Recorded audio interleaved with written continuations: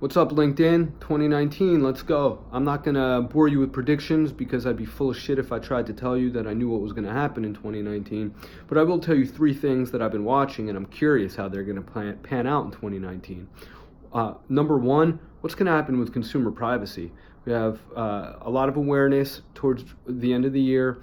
Consumers starting to understand how their data has been used by brands, by political campaigns, what sort of information they put out there in the world. And even anecdotally over this break, I heard from a lot of family and friends that have concerns about social media, that have concerns about connected devices, unplugging devices when they're having sensitive conversations at home just because they don't trust corporations to be in their kitchen or their living room or their bedroom. It's very important for these companies to address these concerns and alleviate them and help educate consumers because their business models are dependent on it. Another thing that I'm very curious to see what happens over the next 12 months is how content and commerce continue to tie together.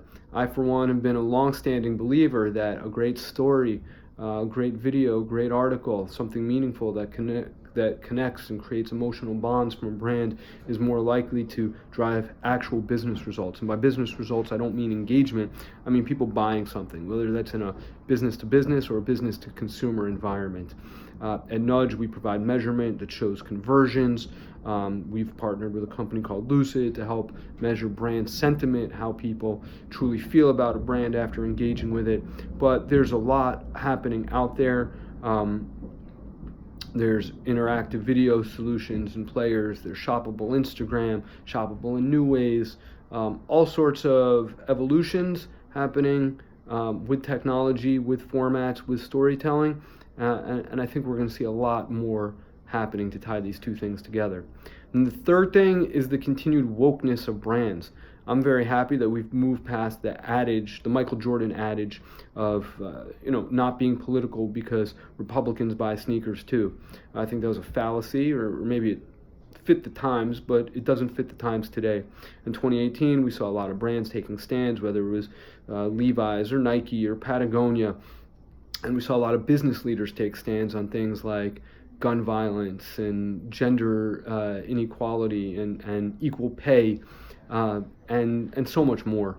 I think it's a good thing. I think brands and business leaders and corporations, it makes sense for them to be invested in the future and to bring solutions to the future, because the more people that are happy and healthy and living and surviving, the better it'll be for business over the long term.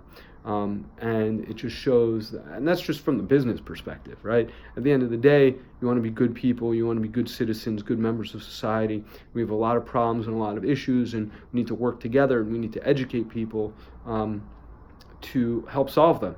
So I'm very excited to see that trend continue into 2019. I'm curious what other business leaders are going to be doing remarkable things to help make the world a better place, and what brands are going to feel comfortable to take stands, and what issues they're going to be taking stands on. Anyway, that's it for me. Tell me, I don't want your predictions, but what are some of the things that you're watching for in 2019? What are some of the interesting topics that you think are going to be impactful in the next year? Have a great night.